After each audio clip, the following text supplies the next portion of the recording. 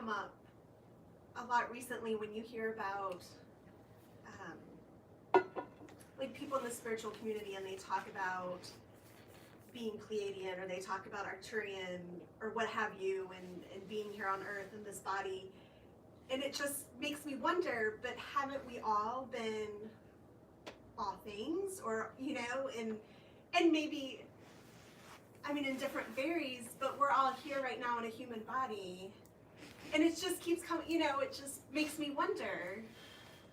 I don't know, like why are we grasping onto who we were in the past and identity when we've all been different identities, and here we are. Okay, we can answer that question. So what we think you're asking, you can say yay or nay. We think you are sensing sometimes the ego steps in and says, oh, I'm going to identify as this interstellar race or that or the other, in order to find some sense of meaning, something to add to the self. Is that true? Yeah. Okay, so we're not saying that all of this information about Pleiadians and Arcturians and Lydirans and other races is inaccurate or completely irrelevant. We're not saying that. But what you've sensed, dear, in your discernment is that sometimes people want this information in order to add on something to boost the ego.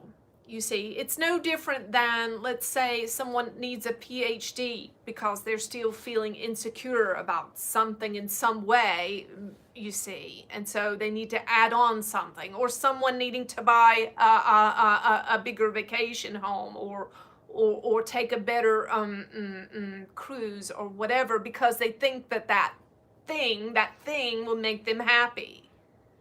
You see, the ego is insatiable, absolutely insatiable. It always thinks there's one more thing that will make me okay. There's one more thing. That one more thing, if I have that one more thing added on to who I am, then I will finally be enough.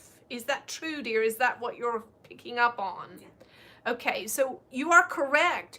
Yes, most people here are star seeds.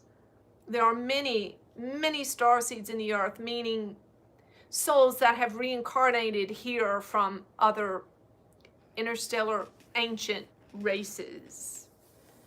If you feel a connection to one of them and it bears some good fruit in your life, that connection, so be it. But you don't need any of that in order to be what you are, because what you are is enough. What you are in this moment is absolutely enough. And so just like in some religions, if you go to certain holy places or kiss the feet of some holy person,